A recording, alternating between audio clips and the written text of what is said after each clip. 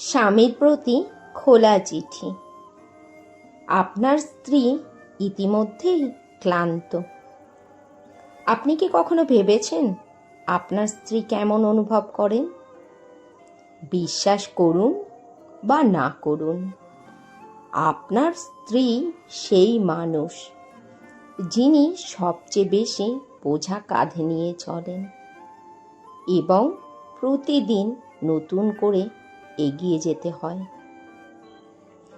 যদি আপনার স্ত্রী আপনাকে বলে যে সে আর পারছে না, তাকে বিচার করবেন না বা ভাববেন না যে সে আপনাকে ছেড়ে যেতে চায়। সে শুধুমাত্র হৃদয়ের সেই কষ্ট অনুভব করে যা প্রকাশ করতে পারে না, কারণ তাকে অন্যদের সমস্যা সামলাতে হয় এবং সমাধান খুঁজতে হয়, অথচ নিজের কথা ভাবার সুযোগ হয় না। মায়েরাও ক্লান্ত হয়, তাই আপনাকেও গৃহস্থালির কাজে সাহায্য করতে হবে। বাসন মাজা, ঘর ঝাড়া বা মোছা আপনাকে কম পুরুষ করে দেবে না।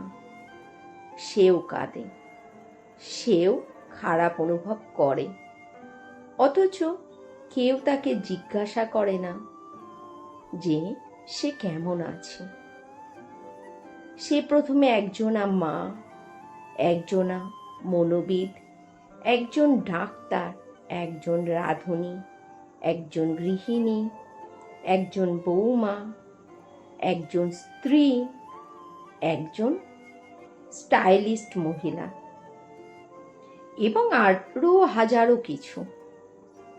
কিন্তু সবচেয়ে গুরুত্বপূর্ণ হলো সে আপনার জীবনের সঙ্গী এবং আপনার শক্তির উৎস। যদি আপনার জীবনে সমস্যা আসে, সে আপনাকে সাহস যোগাবে এবং বলবে সব ঠিক হয়ে যাবে।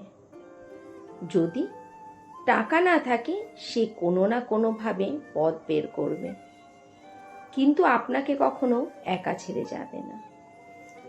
এমনকি যখন সে চুপচাপ থাকে, দূরে দূরে থাকে, চিন্তিত দেখায়, তবুও সে বলবে কিচ্ছু হয়নি, আমি ভালো আছি। কিন্তু বাস্তবে সে অনেক কিছুই অনুভব করে, শুধু তাকে বোঝার মতো কেউ থাকে না। সব সংগ্রামী নারী এবং স্ত্রীদের প্রতি শ্রদ্ধা এবং ভালোবাসা রাখা উচিত। আজ হচ্ছে সোমবার, আর এখন ঘড়ির কাঁটা প্রায় 12টা ছুঁই ছুঁই। আজকের ব্লগটা অনেক সকালেই শুরু করে দিয়েছি। আজকের ভিডিওটি কেমন লেগেছে সেটি কিন্তু অবশ্যই কমেন্টস করে বলবে। লাইক করতে একদমই ভুলবে না। আর আমার ইনস্টাগ্রাম আইডি পিঙ্কি সাহা 703। কেউ যদি ভাবো আমাকে ইনস্টাগ্রামে ফলো করবে এবং আমার সাথে পার্সোনালি মেসেজে কথা বলবে, তাহলে অবশ্যই ইনস্টাগ্রামে ফলো করে নিও। আর দেখো না, তোমাদের সাথে কথা বলতে বলতে আমার বাড়ির কত কাজকর্মগুলো করে ফেললাম। সকালবেলায় উঠে ছেলে মেয়েকে স্কুলে পাঠানো, মানে ছেলেকে কলেজে পাঠানো আর মেয়েকে স্কুলে পাঠানো, এটা কিন্তু কোনো অংশে সংগ্রামের থেকে কম নয়। দুটোকে সময় মতো পাঠিয়ে দিলে মাথার ওপর থেকে অনেক বড় একটা বোঝা নেমে যায়। তারপরে আর কি, সারাটা দিন বাড়িতে একা কাটানো মানে ভেবো না শুয়ে বসে কাটানো। সংসারের কাজ যে শেষই হয় না, হাতছানি দিয়ে ডাকতেই থাকে, একের পর এক কাজ তৈরি। আর রান্নাবান্না সেরে ওপরের ঘরে চলে এসেছি। ওয়াশিং মেশিনটা কদিন ধরেই ভাবছিলাম যে একটু পরিষ্কার করা দরকার। আজ ওয়াশিং মেশিনটা পরিষ্কার করে ওপরের ঘরগুলো মুছে আসলাম। আর আজ কি রান্না করেছি দেখো। কালকের একটু পুঁই শাক ছেলেটা গরম করে রেখেছি, চিংড়ি মাছ দিয়ে করেছি মোচার ঘন্ট, আর করেছি ডিমের ঝোল। আর মাইক্রোওভেনও এদিকে বাজার বাজিয়ে দিয়েছে, সেই তো সকালে ভাত রান্না করি, ভাতটা হয়ে যায় ঠান্ডা। আর এখন তো প্রায় 3:30 বাজছে। আর এখন খাবো দুপুরের খাবার। প্রতিষ্ঠাও স্কুল থেকে চলে এসেছে। আবার ফেরত চলে এলাম রাত্রিবেলাতে।